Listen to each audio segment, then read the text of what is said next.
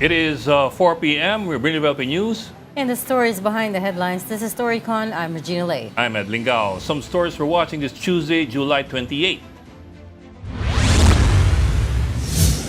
The Ombudsman has ordered former Speaker Martin Romualdez and others facing complaints over the flood control scandal to submit their counter affidavits.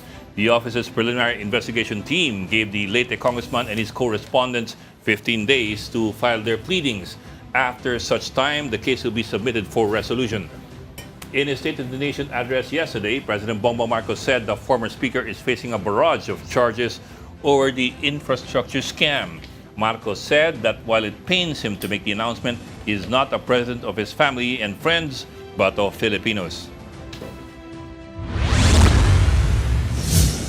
As we speak, Senate Minority Leader Alan Peter Cayetano is delivering their bloc's Contra Sona today, which coming a day after President Bongbong Marcos's State of the Nation address. Only Senator Camille Villar from the 11-member minority bloc attended Monday's Sona. Vice President Sara Duterte, on the other hand, said that she had no interest whatsoever in the president's Sona, which she called a waste of time. Hindi ako nanood ng SONA like last year and wala akong planong basahin ang nilalaman ng SONA o kahit man lang summary dahil I truly believe it is a waste of time of the Filipino people. President Marcos visited Davao on Tuesday, a day after his SONA and following heavy flooding in parts of the region. During his visit to Nabunturan, Davao de Oro, the chief executive launched the Bawat Bayan Makikinabang program. The initiative covers Davao de Oro, Davao del Norte, and Davao Occidental, three provinces considered political strongholds of the Dutertes. Marcos distributed agricultural machinery, farm inputs, and financial assistance. He also visited the Davao de Oro Provincial Hospital in the town of Monte Vista.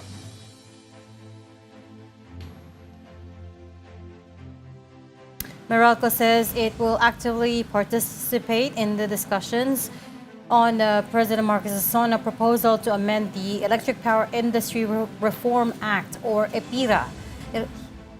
In a statement, it also clarified that system loss is not unique to any single distribution utility and that it is a normal part of delivering electricity with the impact on the entire power industry.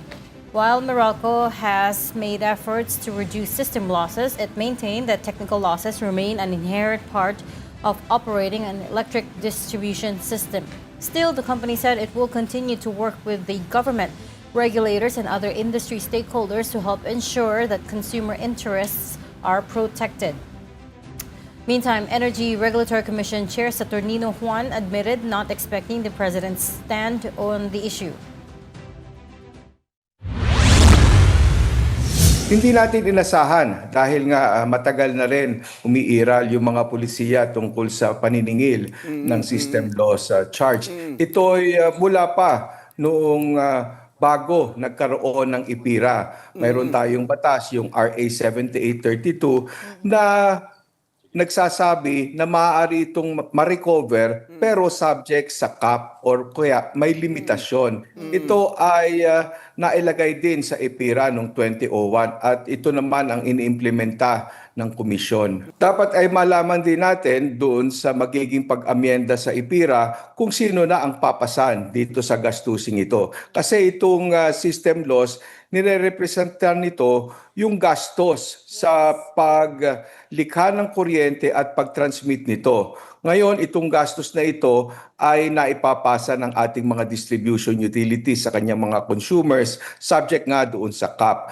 Kung wala na yung paniningil ng system loss, ang dapat mapag-usapan din ay sino na ang sasagot nitong mga gastusing ito. At kung ito ay hindi maipapasa sa mga konsumidores, paano ito ma-absorb ng mga utilities o kaya ng iba pang mga stakeholders ng ating power sector?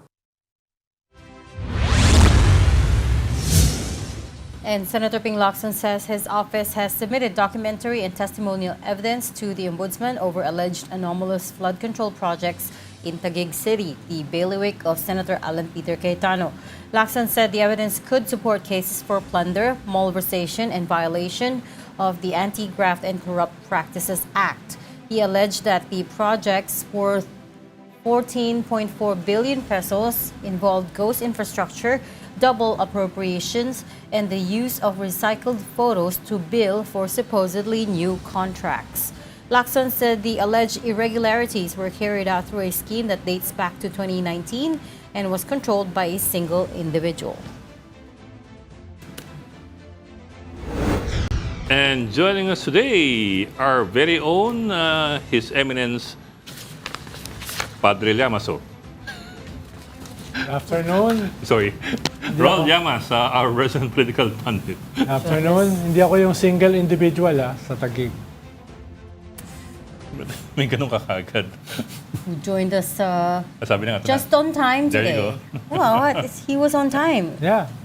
that was on time? A few Well, seconds. it was 4 p.m. That's unusual for you. It was 4 p.m. on the dot. Sakto. She's softening up new. Tinignan ko yung oras Ito. But you know what I always say? On time is late. There you Early go. is on time. There you go. Diba? Alam mo naman. Wala ka namang gagawin mabuti rito. Alam mo, kaltasan na nga to. Oo nga, I think it's time. Buwasan nyo na lang. Buwasan. Buwasan nyo yung sahod. Oh. Good luck. Isanction na nga ito. Good luck. May utang ka pa pag binawas natin lahat yon. Kanina, doon sa Philippine Star, na pinuntahan ko, anniversary nila. Oh. No? Nag-increase ng 5,000 ang mga Yun sahod. Mga sahod. Talaga? Oh, buti pa ron. Oo, Wow. buti pa to. Wow. Congratulations to them. Happy anniversary, Phil Kaya Star. siguro wala si Ami. No? Ano Ginagastos ginagastos? niya Kinakain yung 5,000. Ginagastos niya yung I 5,000. should have announced that, you know? Kung may ganun ako increase, pwede na ako mag-asawa. Ay, nako. Hindi ko lang kung gusto mo sabihin. Anyways, breaking news. Powerful 7.1 magnitude earthquake hit southwestern Japan, prompting a tsunami advisory. We all know how close we are to Japan, so hopefully it doesn't reach here. Kaka-break lang. Mapakinggan ba natin yung kontrasona? At Kanina, the moment, pero wala pang ano eh. Ongoing eh. ongoing pa yung kontrasona ni Senator Cayetano. We're waiting to hear if we get anything big out of it. But the bits that we caught at the start, of course, he was quoting the Bible. If we get anything big from it. Bakit? I didn't imply anything from that. Ikaw yung... Binubulong mo pa, ang microphone nandito. Sige, ibulong mo sa microphone. Sige, para parinig lahat. And of course, we still have to continue dissecting the president's fifth SONA, the things that he touched on, the things that people wanted to hear, the things that he missed, and yung details, the finer details of the things that he promised. For example, yung wala ng GLGL, guarantee letters. Diretso na daw sa DOH ang applications ng guarantee letters ngayon. And true enough, when I went on the eGov app, there is a button there that you can press to apply for a guarantee letter. Hindi na daw kailangan dumaan sa mga politiko, but we're trying to get more details about this and how soon it will come into effect and whether that's going to happen nationwide, and how will the DOH cover the budget for that? Because remember, merong allocation ang MyFIP this year Yeah. na hindi binigay sa PhilHealth nor sa DOH. Separate amount yon. Malamang doon kukunin niya. Kukunin na lang from one bucket to the other, ipapasa sa DOH. Pwede rin naman, as long as you, Hindi naman kailangan ng legislation doon. We have a good set of guests today to talk about the economy, taxation, the proposed amendments sa ano nga ba yan? Income tax. Income tax. Income tax, The exemptions. the income tax exemptions, the lower threshold, and the amnesty. The amnesty. on other taxes, on past taxes. Although I was saying kanina, Bok, you missed it. It's a little bit ironic that we're technically now upper middle income status, right? And yet we were lowering the threshold for income tax exemptions. Typically, with your upper middle income, that presupposes that the population is getting richer, so tataasan mo dapat yung threshold for income tax exemptions. It's a bit ironic that we're here na You know, on the one hand, Ang ibig sabihin nun, umik na tayo. But on the other ibig hand, sabihin nun, may lumago ang teka lang, may income. bubulong siya sa'yo na with the microphone on. Nasa kuweba pa. Nasa kuweba. Bumalik. Bigyan ng flashlight. Bumalik sa Bigyan ng kuweba. flashlight. Tagal na lalo. Hindi, just in terms of messaging lang ba, come on, President Marcos's team, don't you think that's a little bit of a disconnect right there? On the one hand, a week ago or so, we're crowing about being upper middle income. On the other hand, we're Tingin mo ba yung lowering mga the pumalakpak threshold. dun sa tax proposals, mapapansin yung yung upper middle income? Di mo ba napansin, hindi binanggit yung upper middle income? Meron, oh yeah. Hindi nabanggit. Di ba? But I'm just connecting the dots here. I mean, you know, things don't exist in a vacuum. And if we're really upper middle income status, then bakit kailangan babaan yung threshold for income tax exemptions, right? Ibig sabihin, yung mga nakinabang, kaya tumaas ang income, ng average na income, ay hindi nakararami. Thank you. Thank you. That's it. Average, di ba? Averaging. Yeah. Ano ba tayo? Ano ba tayong dalawa? Middle class o lower middle class? Ako, iyagit ako. Parang, intellectually poor. Parang, Ayan tuloy. Intellectually poor ka tuloy. Tanggap ko naman yun. Pero kang poverty of intellect ngayon, no? hindi, actually, sorry. Tanggap ko yun dahil may nagsabi sa akin, wala daw akong PhD. No, sorry. Maybe not intellectually poor, more like ethically poor. Ako, malala. Mamaya morally poor ka na. Mamaya, Meron ka ng moral poverty. mamaya pati yung aking emotional quotient mababa natin Yung dito. Aking EQ mo is negative. Oh, talagang winasak-wasak yung katauhan mo. Ikaw naman una, Maahong kang gano'n, di mo na alam. ikaw naman una nag-admit na Alam mo, hampasin kulang mo ka na sa lang. EQ Didn't you, Maahong aren't kang gano'n sa kumunod yun. Sa kumula. Sa kumula yung sa burak. hindi makita. Remember, we're broadcast on radio now, so hindi naririnig ng mga Umaahon sa listen. kumunoy, naliligo sa burak, yung mga ganun Si Alan Peter, kamukha ni Clive, no? Hindi Or- naman. well, yes. Just Hindi because of the naman. beard. Ha? Ang isa pang hindi natin narinig, political dynasty bill, Oh yeah. which was of course on the priority bills that ng VITAC. Curious that the president did not mention Yung this bill, considering one of the Yung 4 priority bills niya. you know, Hindi nila banggit yun. Isa yun yung anti-dynasty. Tsaka yung waling-waling. Is, di ba? Ang dami niyang priority bills yun. si Bok favorite niya yung waling-waling kasi at least napasa. Basa. Oo. Yun ang progress. the waling-waling Half is a empty pa o half flower. full. Ano ba gusto niyo talaga? The waling-waling sa flower na pinasad. Was it during the special session? Okay. Question yun. It was passed during the special session. Oh. So, talaga napaka-urgent ng At least, nagpaplano tayo ng space travel. Oo, yun. So, kagayan, di ba? that's for satellites, not for people. That's for Simula yun, doon ka nagsisimula. Oo, alam mo, susunod doon, maglalagay dyan ng aso, o kaya ng Or senador. Anong gusto mong i-draw na parallel sa aso at sa senador? Anong klaseng Yung senador na hindi nag-evolve, na natiling unggoy. Sabi ng China. Ito yung HB 83, akala ko ba ikaw yun? 8389, yung anti-dynasty bill. Magkuha ka na yan, magka-bicam na yan. That's the House bill, no? Tapos may... That's the House bill, and magbabay na siya, which means it's moving along. And don't forget, it was co-sponsored by his own son. Si Sandro. Saka si Speaker. Congressman Marcos, and of course by the Speaker. So that's why I thought it was curious na hindi niya na-mention. And the only person that he mentioned by name is DAR Secretary Conrado Estrella. Si Conrad. Ang tawagan niya, si Conrad. Hindi ka pa makakatulog. I thought that was really interesting, no? Yung laging caretaker. Yung laging caretaker when the president is Baka away. hindi binabanggit yung Dynasty Bill dahil nga nasa BICAM na. Di Sige, ba? sige. Wala lang sa plenary. Kailangan mo na lang ng bike eh. Sige. And the way to spin that would be to say, eto nga gumagalaw na. We made it a priority bill. Look where it is now, 'di ba? Isn't that an easy win? Baka hindi siya pa. Spokesman ng Malacanang ngayon. Mukhang nagpalit kami ng role. Okay, today ikaw Malacanang. Baka Ako hindi yung siya proud na, no? Ako yung Siya yung cup leftist. half full, ikaw yung half empty. ako yung walang cup. Ikaw yung kasi you can't afford the glass, no? Wala kang ano. Correct. Okay, at this point, let's bring in our first guest. We're talking to former Finance Undersecretary and economist from the UP School of Economics, Professor Shelo Magno. Good afternoon. Welcome back to StoryCon, Professor Shelo. Sino ba Hi, nagpo-post good yan? afternoon. Good afternoon, ma'am. I love when we're talking to you because ang ganda ng sound system ni Prof. It's very, Walang-wala tayo.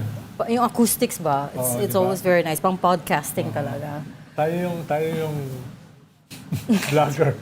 Siya yung professional. Basta yung putol-putol pa yung, ano, no? I think yung so. signal. I think so.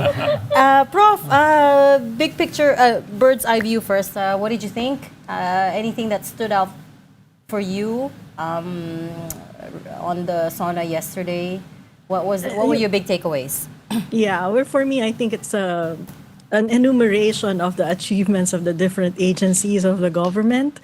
Good thing he mentioned programs that will have an impact in terms of energy security, in terms of the environment, emergency management, etc. But I think what is missing is that the overall agenda or explanation or framework on why we are doing this. Ang sinasabi ko nga, parang hindi naman nalalayo dun sa annual report ni VP Sara. Kay VP Sara, ganun din enumeration, ilang puno ang natayo, ilang classroom ang napagawa. Ganun din kay PBBM. Medyo mas social lang yung kay PBBM. Kasi kung kay VP Sara, barangay level yung reporting niya. Kay PBBM, barangay level din, pero Bel Air. Kasi mas maraming budget. But for me, it's a good enumeration but not clear on where this is going to bring us. What outcomes are we expecting from all these projects that he enumerated? I was looking for big infra projects that he will mention because he used to mention those. Pero hindi natin nadinig. Ibig ko bang sabihin, Yusek, na yes, maraming mga ayuda economics, tax relief, no, subsidies, etc. Pero parang hindi ganun kalinaw yung mga structural reforms na medyo medium term and long term. Puro Yes. puro tactical, no? Puro pang in the here and now. Yung Yes. pero 'yan ang gusto ng tao. Yeah, pero Populist. siguro dapat pine-frame din natin in a way na tinataas natin yung expectations ng mga tao. Hindi lang basta-basta enumeration, kung hindi dapat malinaw kung saan ba natin gustong dalhin ang bansa. Halimbawa, yung Pax Silica na enumerate niya bilang malaking investment sa bansa pero hindi naman napaliwanag kung paano nga ba talagang magiging kapakipakinabang ito sa atin, no? Kasi if we look at the strategy of the government, investment is always just an enumeration of how many investors are coming to the Philippines. But how we are going to benefit as a country from these investments, hindi yan naklaro na mabuti. Ang dami din ng enumeration na to, mga projects, but he did not discuss how we're gonna fund it. If we look at the previous budget, half of our annual revenue goes to debt servicing. So sa dami ng mga proyekto na to na ini-enumerate niya, paano to popondohan? And lagi ko nga pinopoint out yung PhilHealth. He was very proud of it na may 4 million na nakinabang out of the 110 million Filipinos sa Yakap program, diba? But what he's not saying is that the administration is not providing PhilHealth the necessary funding for it to function well. So same goes with all the projects that he enumerated. How are we gonna fund this? And that's the missing link because it's not enough to tell us that this is what I'm gonna give you because the money that's going to finance all these things that he enumerated will also come from us in a form of taxes. Ma'am, let me zoom in dun sa yung mga talagang pinalakpakan ng maraming tao dahil nakakatuwa nga naman pakinggan and sounds very populist. For example, dun sa taxes, tax exemptions, amnesty, and so on down the line. Doon naman sa kuryente, talaga pinalakpakan din dahil maliban dun sa systems of charge, pati VAT ng kuryente napag-uusapan. Kayo po ba'y pumalakapak din dun sa mga bahaging yun? Kasi, of course, it sounds good, but do you think they went to the numbers and found a way to, to look for other sources of revenue kung mawala itong mga to? Actually, alam mo, for example, yung adjustment ng income tax exemption, that's just adjusted income tax exemption ng inflation, no? Because currently we have 250,000 na exemption. Pinasaya noong 2019. What is the present value of that 2019 exemption? That's 350,000 and that's what the president is suggesting. So in-adjust lang po sa inflation yung 250,000 na current exemption natin. Ako nga, I wanna push it further pa to 500,000 and then magkaroon sana ang vision ng government. Gawin nating 1 million. Dahil alam naman natin na yung pangkasalukuyang sahod na natatanggap natin, yung kamahalan ng mga bilihin na hinaharap natin araw-araw, ay talagang hindi na halos sapat yung sahod na natatanggap natin. So for me, it would have been more powerful if maglalatag ng agenda ang administrasyon kung paano ba marireach ang halimbawa 1 million na tax exemption para sa mga mamamayang Pilipino. Pero yun nga rin ang kakabit nun, as I was saying, paano ang impact nito sa fiscal space? Because ang estimate dyan would range, revenue loss would be more or less around 50 to 70 billion pesos. So paano popondohan yan? No? And then i-add pa natin yung mga taxes na bibigyan ng amnesty, katulad ng estate tax. Tinatanong ko nga si Yusek Ronald kagabi, si Secretary Ronald kagabi, kasama ba sa bibigyan ng amnesty si BBBM sa kanyang estate tax?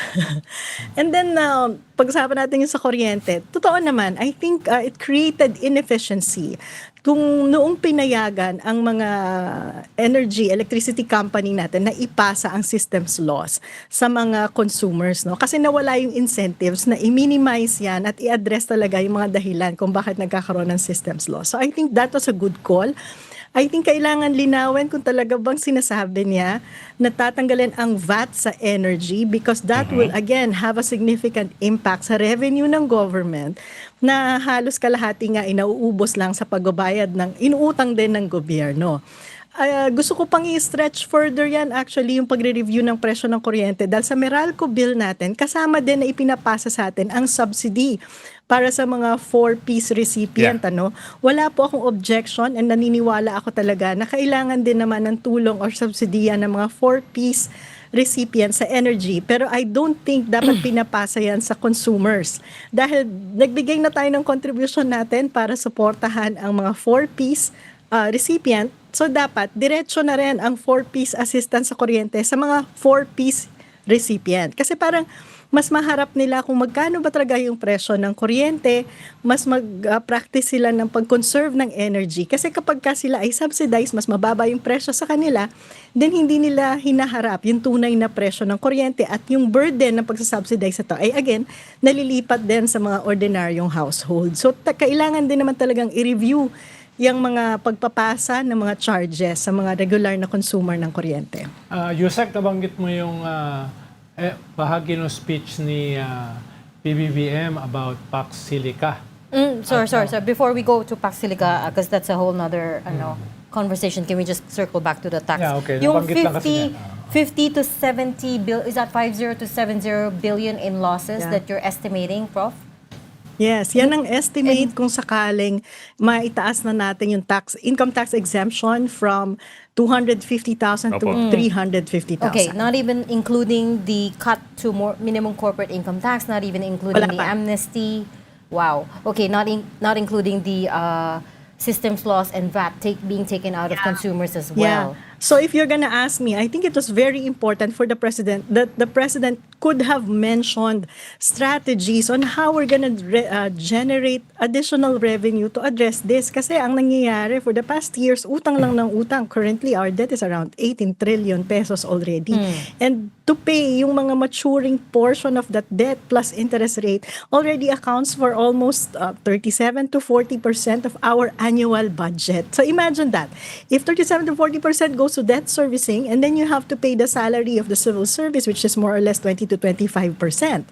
and then the operating cost of bureaucracy, how much is left really to fund development? Di ba napakalaking question nun? And the problem for me is, ang daming in-enumerate ni BBM na pagkakagastusan, hindi naman siya nag-mention ng source of revenue. For me kasi, ito ay ina-advocate din ng ating mga doktor, nakikita natin ng increasing incidence of smoking sa bansa.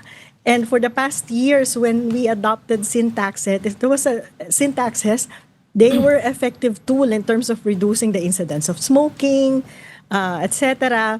And so our healthcare sector is actually lobbying for an adjustment in a tax on tobacco, sugary beverages, etc. At hindi yan napapansin. But that's a potential source of revenue for the government, which the President could have mentioned para naman nakikita natin na may responsible management of finances yung gobyerno. Hindi ba isang dahilan dyan, Yusek, ay dahil less than 2 years na lang siya at dun sa kalahati noon ay campaign period na, election fever na. So practically 1 taon na lang siya.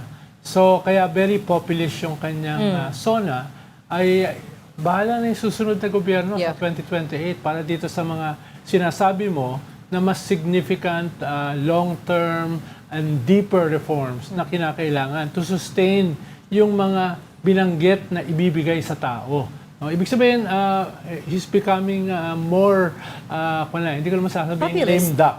Populist siya. Dahil practically 1 year na lang yung kanyang hinaharap to implement these programs. Kaya ayaw na niyang pag-usapan yung long term. Bahala na yung susunod na gobyerno para doon. That's actually true. And then that started not in this SONA but in previous SONA as well. Kasi isa sa mga problematic portion ng budget din natin, yung pension program ng military, di ba? And yet, ang sinabi niya ay itaas ito. Pero alam niya na malaki yung kinocontribute niyan sa fiscal crisis natin. And a few years ago, sinabi na ni Recto na hindi na susolusyonan ng administrasyon yung problemang niyan. Sa susunod na administrasyon na lang. So no one really wants to touch yung mga critical issues na to na napakalaki ng impact sa fiscal position ng gobyerno. So for me, that's true. He's becoming very populist, preparing for the elections, kaya puro ayuda ang programa. But then, feeling ko still irresponsible in terms of trying to address serious problems na magkakaroon ng significant impact in terms of the fiscal position of government. I mean, to be fair, most presidents follow that same path, right? Towards the end of their presidencies, they spend, and if you were to introduce a new tax, usually sa umpisa yan ng administration, whilst it's still, of course, any new tax is unpopular. But in terms of... Sorry, I think I cannot hear you. Parang nawala yung sound. Ayan. Can you hear us now, Ayan. ma'am? Okay na. go Okay na, po. ma'am? Yes. Okay, Ayan. great. No, I was just saying, to be fair, that other presidents do that way as well, which is to say, towards the end of their administrations, they become generally more populist, they spend more. Pero yung time for raising new taxes is usually done at the start of administrations because it's so unpopular nga. Ayoko lang magbuhat ng sariling bangko. Pero nung panahon namin, ay Sige, buhat mo. very conscious si Pinoy na iiwanan namin ng May surplus. savings. Oo, tama. Yung susunod na gobyerno. May proposal na taasan yung benefit sa SSS, GSI. Na ayaw niya. Nireject niya. Dahil Correct. sabi niya, Yeah. dapat yung fiscal, yung space dito ay mas sustain. Hindi yung magbibigay lang kami, popular kami, pero medyo problematic yung GOCC na yon. So, very conservative siya dyan. Kaya ayaw din niyang, hanggat maaari, ayaw din niyang mangutang. Can you believe that was 10 years ago now? That last time we saw transition between administrations wherein the last administration left the next one a surplus. Ngayon, we are in heavy debt, as you said, Prof. But to mention also, during the Parang Duterte's si boss baka administration, nanonood the tax reforms were pushed during 2019. Tapos na yung midterm niya, and yet they were still pushing for some tax reform. Yung train was 2019. So I think an element would be, yes, they're becoming more popular, but political will is also very important in terms of recognizing that there are urgent issues that need to be discussed. Ma'am, do you have other estimates as well for example, yung small business minimum corporate tax and yung amnesty, kung matuloy man, amnesty for What's the total state, hit? donors and all that. And yung energy VAT. Although hindi tayo ganun ka-clear, I know, hindi tayo ganun ka-clear kung ano talagang gusto nilang tanggalin. Ballpark figure. Nako, wala pa akong estimate dyan, but I can imagine yung VAT on energy would be huge.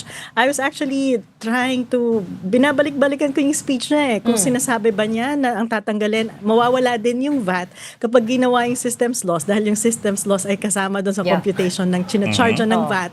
Or are we completely repealing VAT Yes.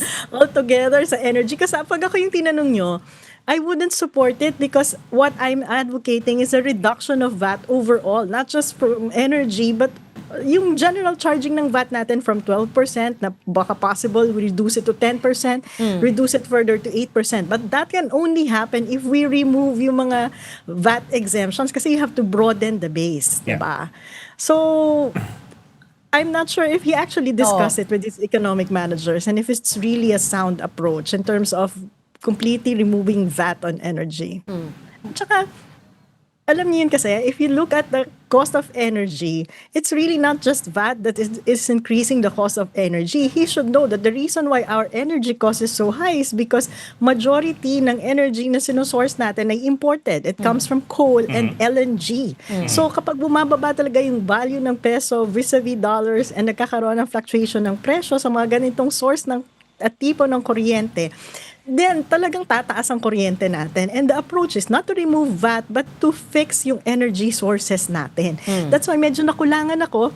Kanina hinahanap nyo kung ano yung mga priority bills na dapat i-mention niya. Meron siyang bill na minention, yung Sariling Kuryente Act. And I was trying to really look for it and it seems like it doesn't exist.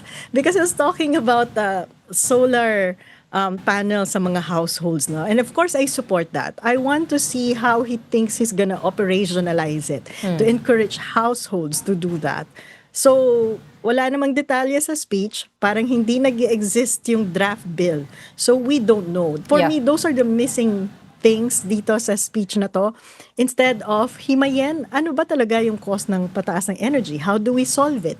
Why can't we motivate, encourage, support our LGUs to actually form partnership with the private sector to tap yung mga domestic energy sources natin para hindi lang national government ang nag-initiate. Yung ganon, we might have seen for me, I would have appreciated parang a whole government approach mobilizing different sectors, sa private sectors, sa civil society, local governments, into trying to solve yung mga specific problems and knowing where we want to go instead of just an enumeration of projects. Diba?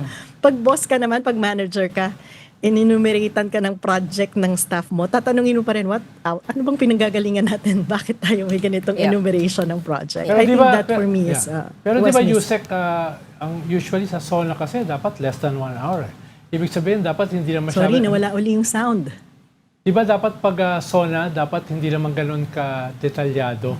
Diba pag SONA, dapat mas compelling, eloquence yung hinahanap Yung parang inspirational. You wanna move people. Oo, ibig sabihin, kung masyado maraming detalye, ay wala rin naman masyadong makikinig. Diba?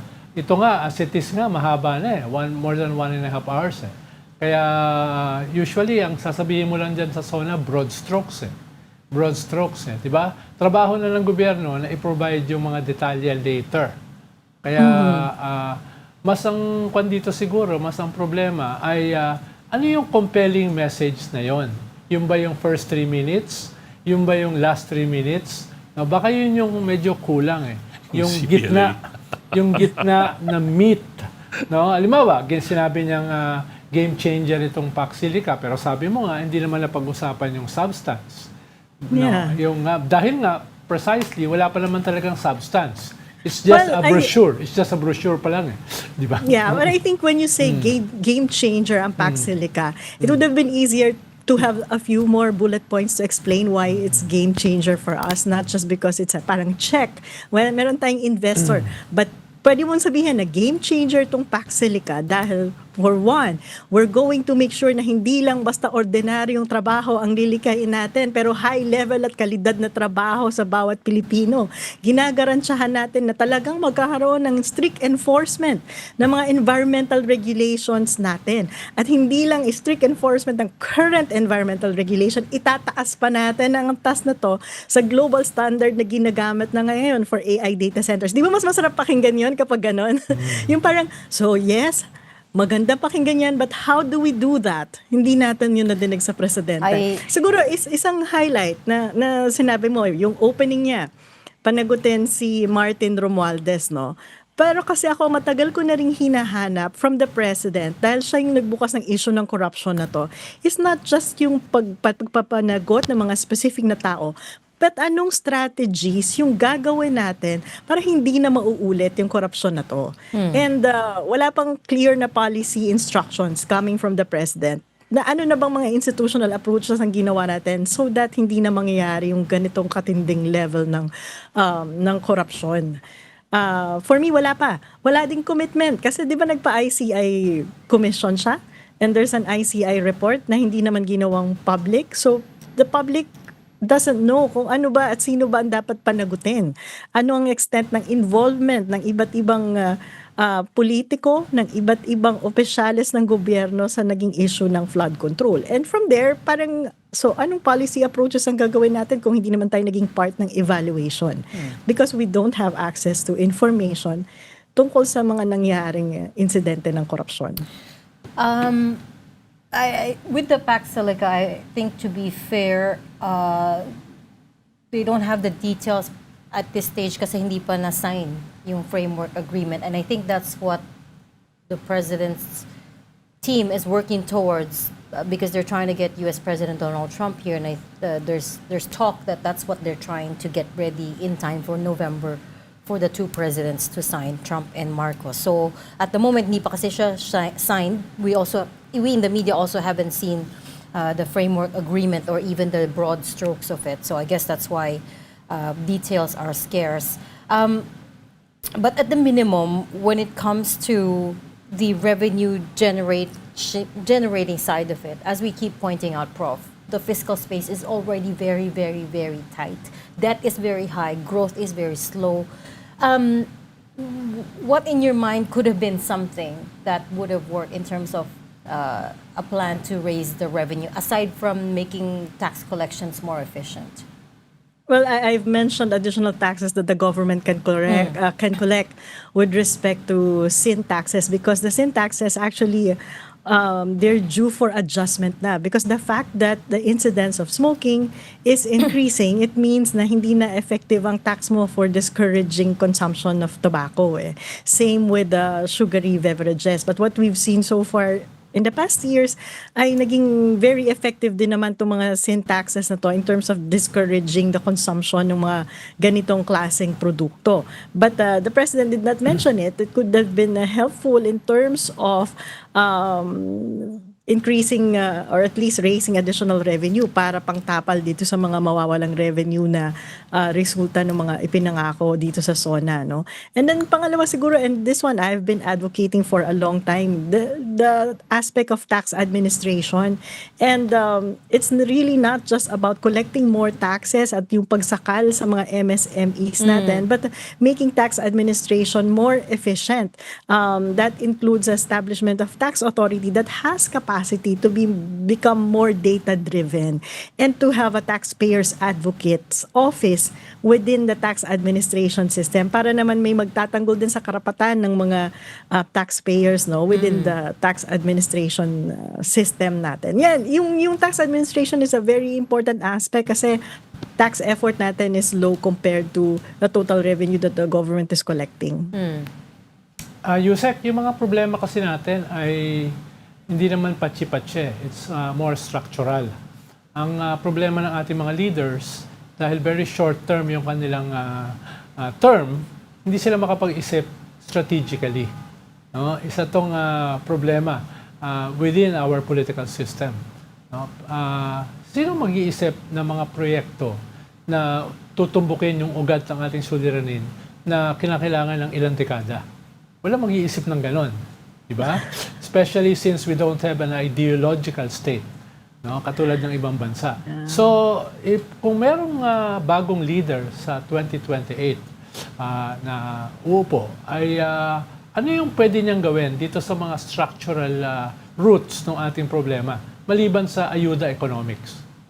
Alam mo, Secretary Ronald, no, napakaganda ng tanong mo kasi tama kayo, walang ideological positioning yung ating mga politicians para makapag-advocate ng mga solusyon sa lipunan. Pero hindi rin naman nawawala yung mga solusyon na yan. Kasi for example, sa academe, sa mga different organizations, civil society, nagkakaroon na ng continuous conversation kung ano ba yung mga priority policies na dapat nasusulong natin para lalo nating mas mapalagong ekonomiya, para mas maging fair ito, para mas makatarungan sa mga mamayan, paano natin i-address itong mga social protection programs na to. So napakaganda sana na kung sakali may mga tatakbong kandidato sa susunod na eleksyon ay hindi lamang nila alam kung ano ba yung dapat gawin, maging bukas din sila sa konsultasyon at itaas natin yung antas ng diskurso sa eleksyon kasi alam naman nating hindi sapat yung mga pinapangako ng mga politiko natin katulad ng 20 pesos na bigas, 10,000 bawat isang pamilya. Pagdating ng eleksyon, pagkatapos ng ma-elect na nila, nagkakalimutan na at alam naman natin na yung mga pinapangakong yan ay hindi talaga solusyon sa tunay na problema ng lipunan. So, dalawang challenge siguro sa mga nangangarap tumakbo, mas maganda po mag-level up na tayo ng skills para totoo namang mailalatag natin yung talagang magsosolve sa problema ng lipunan. Para naman sa mga voters natin, siguro po ang itanong natin ay ano ba talaga ang magagawa nyo para sa amin, para maiangat ang buhay namin mula sa laylayan. Hindi yung temporaring solusyon lang ng ayuda, kung hindi, paano nyong i-operationalize yung pinapangako nyo sa aming hanap buhay, trabaho, etc. etc. Kasi madalas, puro pangako, pero hindi natin alam paano nga ba talaga nila magagawa yan. I think at this point, dapat iangat na natin yung mga pagtatanong na ginagawa natin sa mga politiko. Ma'am, let me just go back to Pax Silica kasi the numbers being given to us by BCDA, of course, on the surface, they do sound so enticing. $70 billion in investments, 180,000 new jobs directly, and 800,000 daw indirect jobs, and I think $200 billion in exports. So it does sound very enticing. Pero realistically, do we have the infrastructure and can we build the infrastructure necessary in the next few years to be able to accommodate all the power and water requirements of Pax Silica? Alam nyo, kailangan talagang himay-himay yan because it's easy to promise jobs eh. Pero ano ba klaseng mga trabaho yan? Because for example, there can be thousands of jobs created sa construction level kapag tinatayo pa lang yung economic zone. But talking about high-level jobs, yung mga highly technical jobs, ilan ba talaga yan? Because AI data centers are not really job creators. Konti lang yung ginagawa dyan kasi ano na yan eh. Automatic na yan, diba? So, how many people do you really need to run a data center? Baka naman janitorial services or auxiliary services na talaga yung mapuproduce natin, diba? Kaya dapat hinihimay-himay. For example, dun sa mining, which is a necessary input dito sa Pax Silica because they're talking about processing. Ako, ang issue ko talaga dito, bago tayo pumasok dyan, we should review again the taxation ng mining. Kasi whether we're selling it to China, or selling it to the US, or selling it to Israel, ang importante is magkano bang kinakukuha natin dito bilang mga Pilipino. Based on my estimates sa mga previous studies ko, it's only around 35 to 39% of profit. Ibig sabihin, binaynos ko na lahat ng cost na posibleng ma-incur ng mining companies. Maximum 39% lang nakukuha natin as government, as owner of the minerals. For in other countries, nagre-review na sila ng mga policies dyan. At tinataas na yung tax to as much as 50 to 60% profit share. So dun pa lang, sa usapin ng pagbibenta ng raw materials, ay agrabyado na tayo. Paano pa yung mga susunod na antas? We see yung mga ganitong processing nangyari sa Indonesia, and that's why for me it's very important na himayin kung anong klase mga trabaho. For example, in Indonesia, they had processing. It's very Chinese driven kasi Chinese investment yung pumapasok doon. But if you look at the jobs that were made available to Indonesians sa mga processing plants na to, sila yung mga drivers ng dump truck. Yung mga mababang klase ng trabaho sila yung gumagawa. Pero yung highly technological engineering stuff, I saw Chinese people managing and running yung mga ganung portion ng processing. So, Kaya napaka-importante na bago magpirmahan, kahit framework pa lang, malinaw dun sa framework na yon kung paano nga ba tayo magbebenepisyo bilang isang bansa.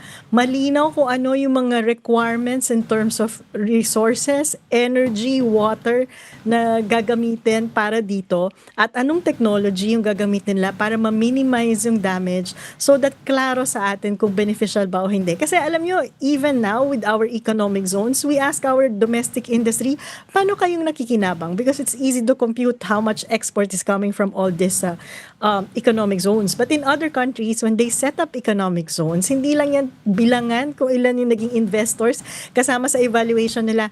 Paanong na-link itong mga companies na nag-locate sa economic zone natin, sa mga domestic industries natin, may local sourcing ba? Kumbaga, hindi lang tinitingnan yung bilang ng employees at laki ng investment, paano to na-integrate sa domestic industries natin at paano pa napalawak yung transfer of technology para magkaroon ng industrial policy sa isang bansa. So I think yun yung mga kulang na kulang. Masarap pakinggan yung mga numbers, pero importante na may mga safeguards in terms of potential negative effects sa atin. Ano yung mga minimum requirements natin for the countries, partner countries to set up all of these facilities dito sa Pilipinas. Yung iba kasi- How are we really gonna benefit from this? The 35 to 39% profit share that goes to us as owner of the mineral, that's for raw minerals export. Yes, And the counter yes. argument when we talk to people at DTI, BCTA, and the government, their counter argument is that that's really what happens when you export raw minerals. That's why we need a processing plant right here, which the U.S. is apparently committed to help us build so that you extract the mineral here, you process it here, and then you capture most of the value before you sell it abroad. Do you buy that? That's not really true because the effective tax rate is based on the rates that the government imposed. Diba? Even if you're selling abroad, if your government has strong monitoring policy, you're going to be able to maximize the amount of minerals that you should be selling. Diba? So even if we have processing here, you will be selling the same minerals at the same tax rate and then you get the same effective tax rate. The only way to increase that is to increase the tax and increase the royalty. Unless they're recognizing and they're saying that government is that inefficient na yung mga binebenta natin abroad, hindi talaga natin minomonitor kung accurate ba o hindi mga dideclare ng mining company sa volume na binebenta nila. But regardless, kung inefficient ba or ineffective ang government sa pagmomonitor ng kung magkano may binebenta natin abroad, it actually doesn't matter dahil ang nagdedetermine ng effective tax rate ay yung taxes na ini-impose ng gobyerno sa mga mining companies. Kailangan ayusin muna yung tax regime before then. Yes. Right. Well, kakapasa lang nila yan eh. But yung lumabas, of course, is very favorable Yeah. to the mining industry because it was shepherded by then Speaker Romualdez. Yung isa rin kasing component nito, Yusek, is cultural eh. Kung yung unemployment tsaka underemployment rates mo ay umangat, kung inflation is the highest in the region, no? Kung yung food inflation ay tumataas, halimbawa next month, yung mga tao kasi ay, ang kultura nila, bahala na. Bahala na, no? Kung ano yung, let's get what we can get. Mas mabuti na yan kaysa walang trabaho. No? So buti na yan kahit dump truck driver. Kaysa naman yung wala kami makukuha, puro ayuda na lang. So ibig sabihin, nagko-complement yung ganong klaseng kultura doon sa weakness ng ating economy. No? So in a very competitive world, ang niisip nila, oy, baka agawin pa ng kanya ng Vietnam. O baka pumunta pa yan sa Indonesia. So may ganun tayong kalaban na kultura kung gusto nating makakuha ng better terms dito. No? Better Yeah. terms dito dahil Yun ang problema eh. We have to shift our thinking kasi hindi naman tayo nakikipag-compete sa Indonesia at sa Vietnam. Kita mo yung Indonesia, alam nila they're powerful because they have the minerals. So sabi nila, hindi kami sasala dyan. Bilateral arrangement kami. So ibig sabihin, you know your bargaining power and you know you can ask more. Eh tayo yung thinking kasi natin, para tayong lilimos, nagmamakaawa tayo palagi. Dito kayo mag-locate, maraming. Eh tayo yung may minerals eh, bakit hindi natin naiisip na tayong may bargaining bargaining power to actually ask more for our people. Hindi yung lagi na lang natin sinusurrender. I understand sa mga Pilipino, importante yung may makikitang trabaho, etc. But that's a moral responsibility of the government dahil sila yung mga politiko natin to actually make the right decision for the country. Hindi lang yung dahil nag-create tayo ng 100 million jobs pero lahat naman janitorial services, okay na dahil naka-checklist na tayo sa job creation, di ba? I mean, that's why we're stuck here. Walang technology, walang industrial policy dahil walang ganung malinaw na framework kung saan nga ba natin dadalhin yung bansa. What about the president's promise of no more GL? Wala nang GL, guarantee letters. Whoever needs a GL doesn't have to line up, beg a politician for it daw. Pwedeng. And to be fair, chinek ko yung eGov app and meron nga dong isang button where you can apply for coverage under MyFIP. Of course, I was saying earlier, Prof, na may allocation na for MyFIP this year that's separate from DOH, separate from PhilHealth. What do you think is gonna happen here? Saan mapupunta or saan kukunin yung pera? And will we really be able to cover everyone? Yun nga yung problema. Actually, may problema din ako sa MyFIP na yan dahil technically, dapat lahat tayo covered ng PhilHealth. And hindi na natin kailangan mag-apply dapat if PhilHealth is working, diba? So, I've mentioned before, and the President mentioned it, na masaya siya dahil may 4 million gumamit ng yakap program ng PhilHealth. Pero historically, ang nangyayari kasi ay hindi binibigay ng government what should be given to PhilHealth in terms of budget. Kahit nasa batas pa yan, mismong yung gobyerno ang nag-violate ng ating mga batas para ibigay ang pondo sa PhilHealth. Ang nangyayari, they created that MyFIP o yung guarantee letter program para nga yung mga politiko, mga kababayan natin sa politiko pa rin ang hihingi. And I think it's still ongoing dahil marami pa rin mga kababayan natin ang pumupunta sa politiko at meron pa rin mga endorsement. But the question is, why does it have to exist? Kung functioning na nga sana ang PhilHealth, 'di ba? At binibigay sana ang pondo sa PhilHealth. Alam niyo po, over the years, especially this administration, ang nangyari, lumiit yung pondong binibigay ng government as counterpart sa PhilHealth at lumaki yung MyFIP. So instead of automatic na yung mga deduction na nakukuha natin at sana mas malaki pa sana nga yung maging deduction para magkatotoo na yung zero billing policy ng gobyerno, lalong nahihirapan yung PhilHealth at nagiging dependent tayo sa MyFIP na kailangan pa nating mag-apply para sa gobyerno. Parang nanghingi pa tayo ng ayuda, entitlement natin yan because of PhilHealth na binayaran na natin. Yusek, bakit hindi nabanggit ng Presidente yung naging upper middle income na tayo after years? Ine-expect ko nga rin I was saying, may pagka-disconnect may na report siya dyan. UMIC na tayo but you have to lower the threshold for the tax exemption, the income tax exemption. Yeah, so I guess I was expecting that he will mention it na upper middle income na tayo. But again, lahat naman tayo alam na yan ay isang indicator lamang. The reality is that isa tayo sa may pinakamataas na antas ng inequality sa region. Meaning, yung concentration ng wealth natin ay nasa top 10% lang. At yung kalahati ng mga Pilipino ay naghahati-hati lang sa maliit na porsyento ng kita ng gobyerno. So pag tinignan talaga natin, what does it really mean to be an upper middle income country kung napakatindi ng inequality, mababa ang kalidad ng edukasyon, palpak ang health system natin at ang infrastructure natin na prioritize ay mga flood control, waiting shed, farm to my resort roads kesa yung mga big infra projects sana na mas nagkaroon ng multiplier effect sa economy. So pag pinag-combine mo yan, baka na-realize ni PBBM na baka mas makriticize pa yung speech niya kesa ipagmalaki niya yung upper middle income. Kasi probably, he also knows the truth kung ano nga ba ang tunay na kalagayan ng ekonomiya at ang social condition natin.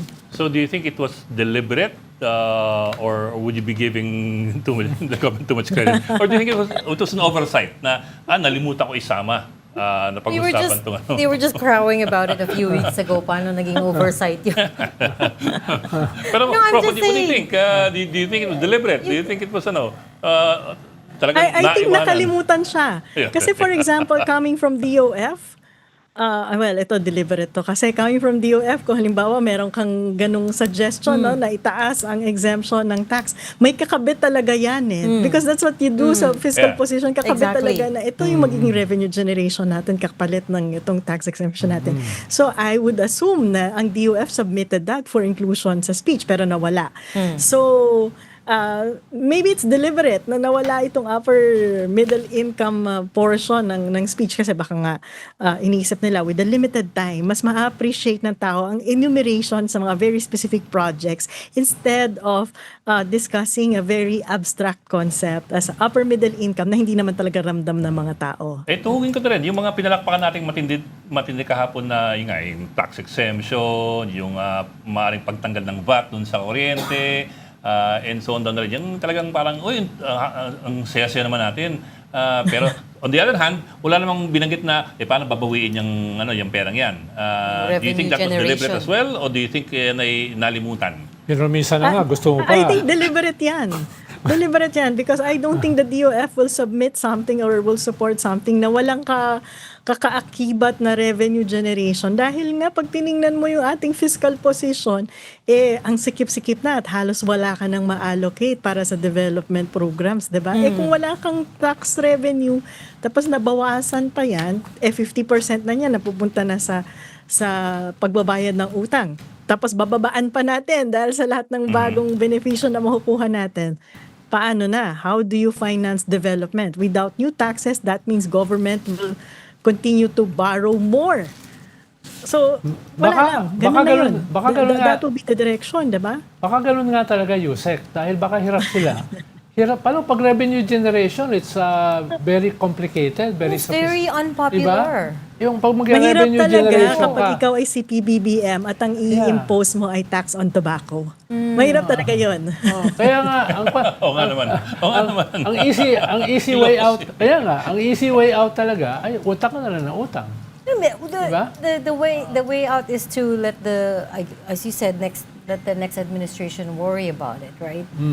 But ikaw, Prof, I mean, given the spate of very populist promises that we heard yesterday, and as you said, we're already at a record high pagdating sa national debt. How worried are you about bloating that figure even more? Gusto kasi nila, It's Professor. very dangerous actually. Kasi pwedeng isipan natin na sipain na lang natin yan, next administration na lang gagawa niyan. But financial institutions, yung mga pinag-uutangan natin are evaluating our fiscal position. And if they can see na hindi tayo nakakabayad at hindi magaling ang ating fiscal management, that means itataas yung interest rate ng pag-utang natin. At mas iiklian yung period ng pagbayad niyan. So, that's upper middle very income pa naman dangerous tayo. in terms of fiscal management. And eventually, para i-address yan, talagang mag-impose ka na naman ng tax. So, mukhang masarap pakinggan ngayon itong lahat ng exemption na binibigay sa atin ng gobyerno, but without clarity kung paano popondohan ang budget ng gobyerno, medyo delikado po talaga yan dahil minomonitor ng pinagkakautangan natin kung paano ang fiscal management natin. Meron ka, Yusek, na isang external factor, an elephant in the room, yung Iran war. Yung tawag nila ngayon dyan, the forever war. No? Dahil walang light at the end of the tunnel. Exit no? ramp. Oo. So, na-factor in na ba yan ng ating gobyerno dito sa kanilang pinaplanong mga economic projects, economic agenda, key result area? Yan ba ay na-factor in na? Parang hindi ko kasi nakikita eh. No? Yan na yung sinasabi natin na kasi kung malinaw, may theoretical framework, may direksyon, may malinaw na paglalatag, bakit ba natin to ginagawa? Then maiintindihan natin na ito ay approach na dito sa mga krisis na kinakaharap natin. But because ang nakita lang natin ay enumeration, hindi tuloy natin malink sa ano bang problema yung sinusolve natin at ano bang outcome ang in-expect natin. For example, sa energy, diba? Itong krisis sa Middle East, alam naman natin na napakalaking impact sa energy at sa public transportation. So I would assume yung sinabi niya na, we will encourage EV, hindi muna natin tataksan, is part of encouraging household to shift to electric vehicles para mabawasan yung dependency sa fuel, broader public transportation na hybrid at EV na rin ang gagamitin should be part of that. We've been discussing it. So I'm actually glad the government picked that up. Yung mga solar panels sa bubong is actually, these are strategies to reduce our dependency sa fossil fuel na nagka-create nga doon. But sabi ko nga, kung ako yung gumawa ng speech, I would have anchored it itong problema na sinusolusyonan natin. At ito yung mga short-term approaches, medium-term, long-term, at ganito natin imomobilize ang mga different sectors to be able to, all of us on board in terms of addressing this problem. Kasi halimbawa yung solar panel, ano bang iniisip ng government? Because in the short run, ang sinabi nila, okay, you can borrow sa SSS, Pag-ibig, etc. para mapasolarize nyo yung bahay nyo. But are there any other strategies na iniisip niya? Because for example, some LGUs nagbibigay na ng discount sa RPT kapag ka nagpa-solar panel ka ng bahay mo, diba? So, without details, kaya parang kinulang yung discussion ng Pangulo.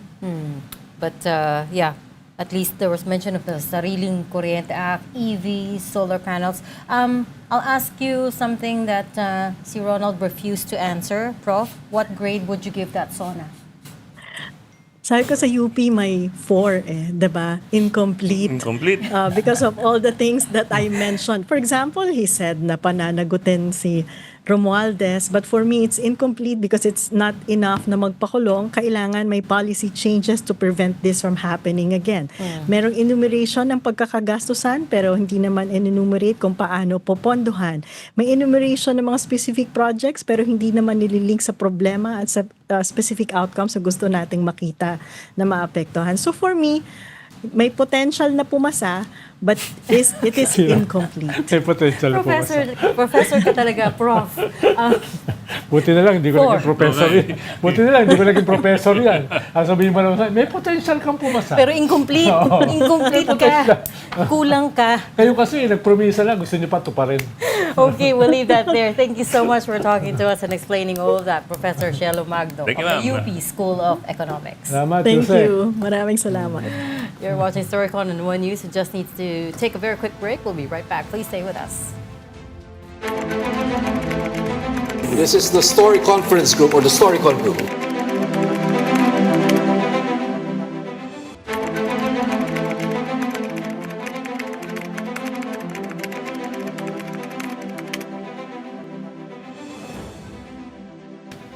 We've got developing news in the stories behind the headlines. Welcome back to Storycon, the Story Conference. I'm Ed Lingao. And I'm Regina Lay, still with us. Ronald Llamas, our resident political pundit. Talaga yung pagkakabanggit niya eh, naman. Maasim yung yung pandit. pagbigas eh. Kayo naglalagay ng mali siya. Also joining us this afternoon is Energy Regulatory Commission Chair Francis Saturnino Juan. Welcome back to Storycon, Attorney Juan. Yes po, magandang hapon. Good afternoon, sir. Okay. Good afternoon, sir. Okay, sir. Of course, you know what the president said yesterday about many things, including yung systems loss charge na gusto niyang, he's demanding na tanggalin. Can you give us an idea, at least in broad strokes to begin with, how much are we talking about when it comes to the bill of the ordinary consumer? How much of that goes to systems loss charge? Kung tayo po ay Meralco consumer, kung titingnan natin ng bill as a residential customer, ito ay mga nasa 70 centavos. So it's roughly around 5% ng ating total electricity bill. In terms of peso amount, tinignan natin yung total cost ng system loss ni Meralco. It is at around 3.2 billion per month on average. Ito yung cost na kinakarga niya at ipinapasa sa kanyang mga customers through the system loss charge, which is subject to the cap, that was set by ERC. So 3.2 billion pesos per month average. How much is that? Are they able to recover all of that, or that's already capped? In the case of Meralco, their actual system loss performance is below the cap of 5.5% na applicable to private distribution utilities. So they are able to recover all these costs from their customers. Attorney, bago napasok yan sa speech, sa SONA speech ng Presidente, kayo ba ay nagkaroon ng Pag-usap, consultation. pag-uusap, due Hindi, diligence? sinabi na niya na nagulat siya sa... nagulat so- din po kay attorney, right? So hindi Sa kayo announcement. nakonsulta, attorney, dito, saan kukunin yung mawawalang revenues at ibang impact sa gobyerno? So yun nga din po, and when Congress takes up the proposed amendments to Section 43T F, we will participate and ask also these questions kasi we are mandated to implement naman whatever is in the law. And if dun sa EPIRA, kung tatanggalin na yung sisingil ng system laws, we would need the guidance then of Congress as to how we go about implementing itong pagtatanggal ng system loss charge. Kasi mayroong gastos nga, as we mentioned, in the case of Meralco, it's at around 3.2 billion. So kung hindi na ito maipapasa as system loss charge, so paano ito mare-recover ng Meralco and all other utilities kasi lahat naman sila Opo. may nasisingil na system loss charge at present. Pero attorney, after the fact na yan yan yung mga gagawin. No? Pero before that, Opo. hindi nyo napag-usapan yan? Dahil major Ah, yan hindi po. major development yan Yung component na yan ng Opo. speech ng Presidente. Dahil for decades, yung EPIRA law, yung systems laws, ay kasama. No? At yan yung mahalagang variable dito sa ating energy component. So, hindi man lang napag-usapan yan? Hindi po namin hindi po kami nakapagbigay ng aming inputs diyan. And of course yung system loss hindi lang ito nagsimula during EPIRA's time. Even before that, through RA 7832, mayroon na pong recovery on system loss. Yung caps lang ay pinababa and this is legislated. Pero pagdating sa EPIRA, ipinaubaya sa ERC yung pagsaset ng caps na ito based on Yes. certain technical considerations. Attorney, layman's question lang po, itong pagpataw ng systems loss charge dun sa consumers, is this industry-wide practice? I'm not talking about locally, but in other countries as well? Ito ba'y talagang ginagawa sa lahat ng bansa o tayo lang? Is it unique to us? Ito pong system loss ay nare-recover. May mga iba't ibang paraan in other countries. Meron ibang bansa. Nakasama naman talaga ito sa kanilang generation or kung ano man yung retail rate na kanilang isinisingil sa kanilang mga customers. Kasi part talaga yan ng pagnenegosyo ng pag-susupply ng kuryente. Kaya kakailanganin siya i-consider as part of the cost of doing business. But as a general rule, kasi you're saying valid that it also is charged to the consumers in other countries. But as a general Other rule, ways. mas marami ba yung ganon o mas konti yung ganon?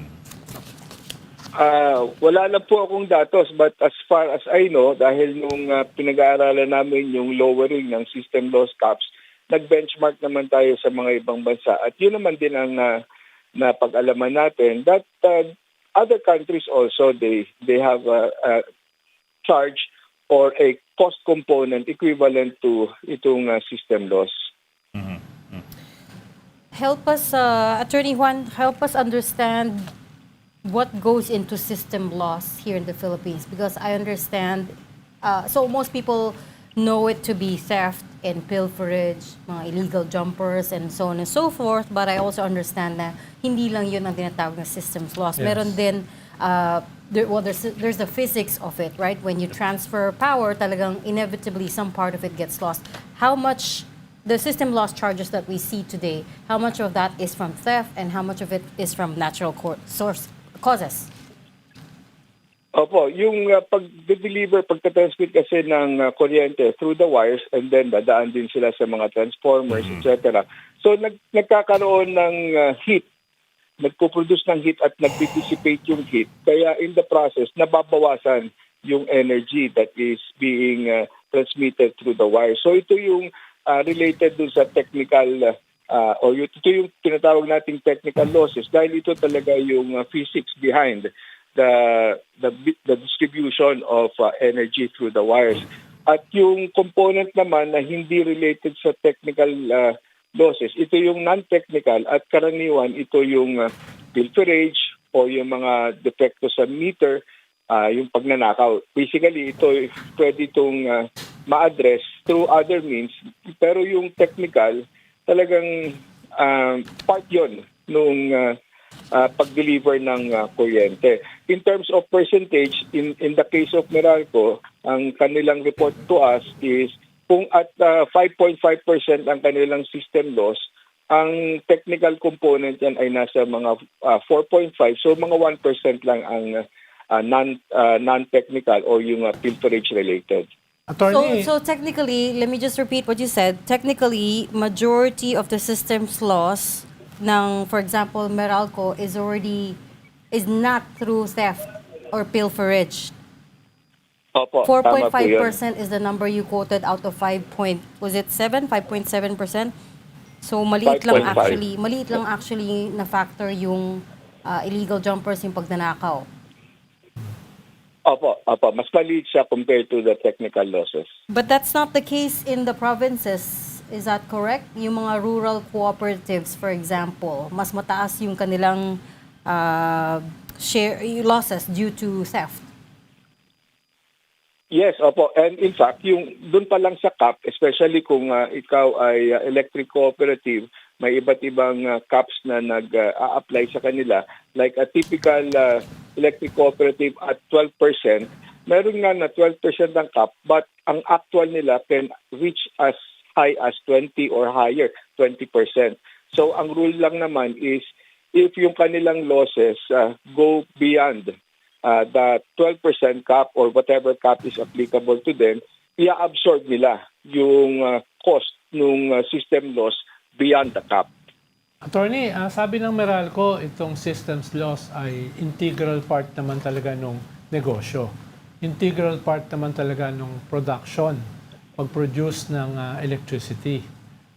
Kaya ang sinasabi ng Meralco ay saan nila kukunin yan pag tinanggal? From your vantage point, nag-agree ba kayo sa kanila as ERC chairman?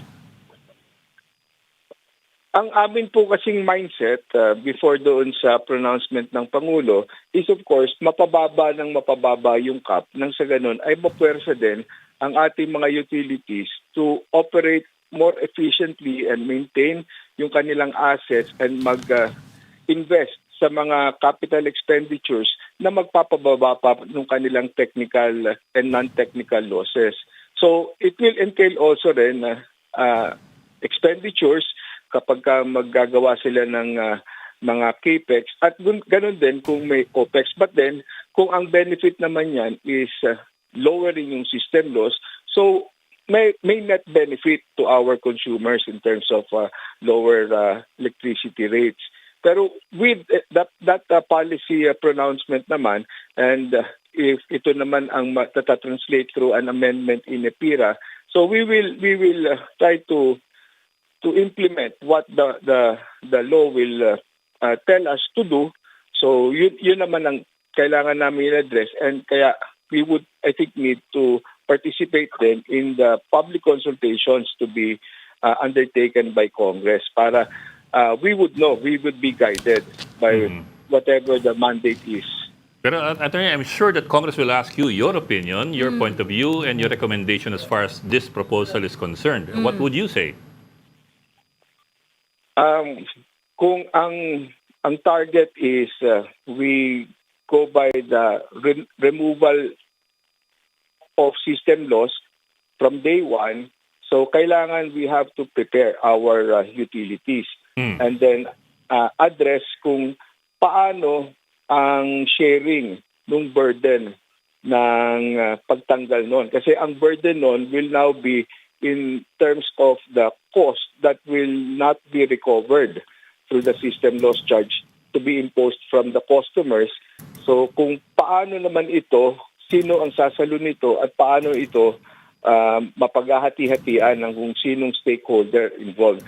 And kung ang ultimate natin na gusto is mapababa talaga yung singil, so dapat ay mabantayan din that these costs, kung talagang hindi na siya mababawi, ay dapat hindi rin mapapasama sa kung anumang component ng bill natin, whether it be generation or distribution charge.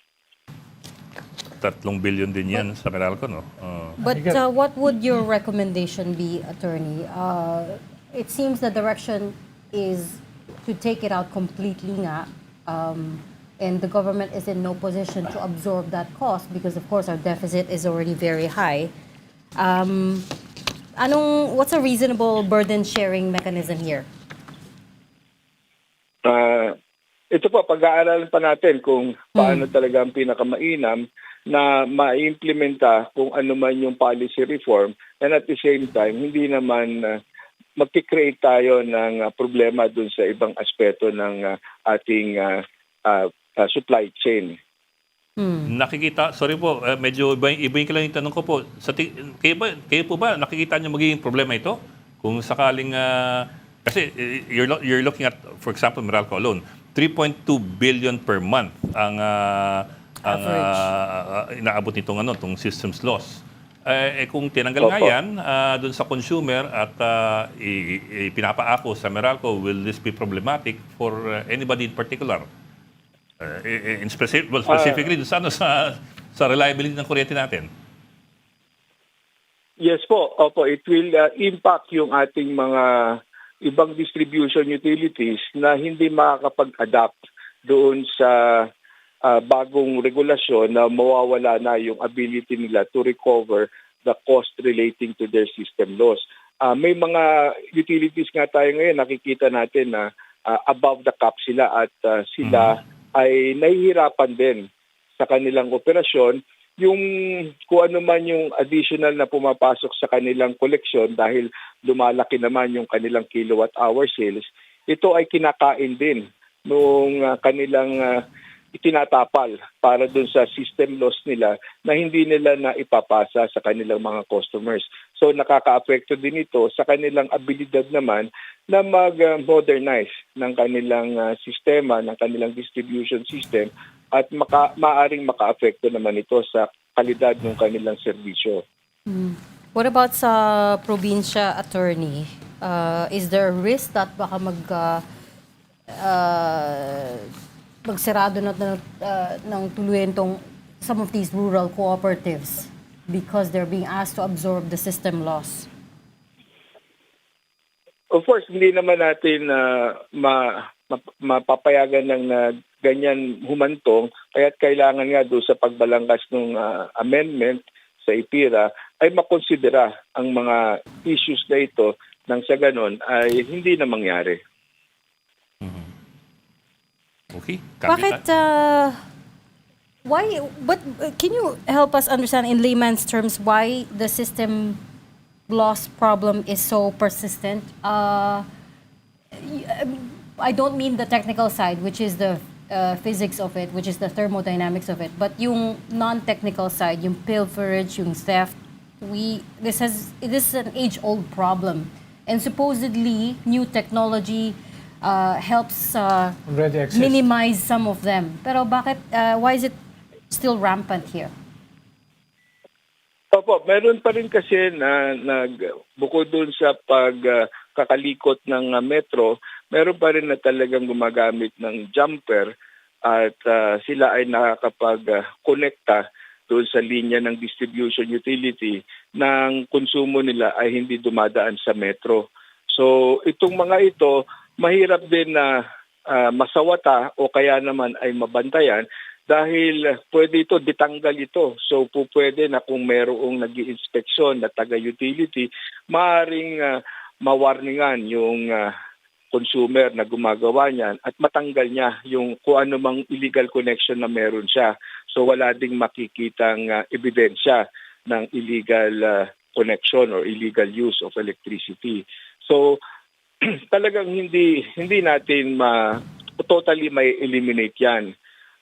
Kaya nga ang solusyon is nag-provide ng ganyang allowance para sa mga pilferages Nang sa ganon ay hindi naman lahat noong gastos niyan ay a-absorb ng utility. Dahil ang pwede rin naman kung talagang gusto natin na mapababa or ma-eliminate yan, ay gumastos ang utility ng magbabantay 24/7 doon sa kanyang mga poste, sa kanyang mga linya. Pero hindi rin naman ito cost beneficial dahil malaki din naman ang magiging gastos. Mahirap putulan ng taong may baril sa itak o kaya barong. Pero kwanto related to sa ating overall energy strategy. Nabanggit din ng Pangulo na gusto niyang i-explore ang nuclear power. Napag-usapan niyo rin ba yan? At least dun sa energy cluster niya sa gobyerno. Sa amin kasi, ang aming discussion ay between the Department of Energy na siya nangunguna naman din pagdating sa usaping nuclear. At ang role naman namin ay as soon as mangailangan na ng regulatory framework kung paano ang paniningil ng magiging kuryenteng mapuproduce ng mga nuclear. So kung paano namin ito mare-regulate at mapapasama sa singil. Ito po ang pinag-aaralan namin. But in the meantime, pinag-aaralan namin kung ano talaga itong teknolohiya na ito at kung ano ang what it will take for us to be able to develop that regulatory framework specific for nuclear. Chairman, kung matuloy yung PAC Silica na panukala, may papelo ba yung ERC dyan o DOE lamang? Pagdating po sa usapin kung mangangailangan ng additional na mga capacity ng kuryente at siyempre yung mga magsisipagtayong planta, mangangailangan din silang mag-apply ng Certificate of Compliance mula sa ERC. So magkakaroon din po ng bahagi ang komisyon pagdating sa usapin ng supply ng kuryente dito sa proyektong PAC Silica. Kasi nababanggit ng BCDA, baka umabot ng hanggang 3 gigawatts yung kakailangan kuryente pag full operation na po itong PAC Silica. The critics are saying na that's what? 20% thereabouts of the total of Luzon, the capacity of Luzon. Ngayon po, malaki nga din po at wala kaming aktual na mga impormasyon o datos kung ano talaga ang kakaining kuryente ng PAC Silica. Pero siyempre makikipag-ugnayan tayo sa Department of Energy para alam natin kung ano ang regulasyon na kakailanganin. Wala pa rin bang cluster sa gobyerno, sa cabinet, na pinag-uusapan itong PAC Silica kung hindi BCDA pa lang? Dahil hindi kaya to ng BCDA lang eh. Kailangan dito whole of government approach eh. Dahil nga mismo yung presidente sinasabi major ito. Itong proyektong ito. Wala bang ganong klase? Pag-uusapan nyo pa lang ba after the fact o ngayong nag-negotiate? Kasi ang aming mga impormasyon tungkol dito ay nanggagaling mula sa Department of Energy sa tuwing kami magkakaroon ng pagpupulong. So wala naman kaming direct na paminsan ay naiimbitahan tayo dun sa mga meeting sa palasyo pero hindi kami direkta na kakasama dyan. I think the DOE is the one taking the lead on this. Mamaya po papasok ang ERC once meron ng infrastructure. But we'll leave that there. Thank you so much for talking to us, ERC Chairman Attorney Nino Juan. Salamat, sir. Salamat, sir. Salamat, Attorney. Maraming salamat po. At the moment, it's DTI, BCTA, DOE, I think PEZA then to a certain extent is involved. But as I said, wala pang ang framework agreement. Hindi pa napirmahan. So, tsaka mukhang hindi pa binabubuo yung cluster. what was it that you said? Pinangako. Nagpromisa na nga. Gusto mo ma-implement pa. Exactly. We'll leave that there. That's all we have for today. Thank you so much for watching. Thanks to our political animal, Ronald Llamas. Join us again tomorrow, 4 p.m. Padre for Llamas, StoryCon. I'm Regina Lay. I'm Ed Lingao, kapatid. We are One News, all sides. Your side, all the time. This is the Story Conference Group or the StoryCon Group.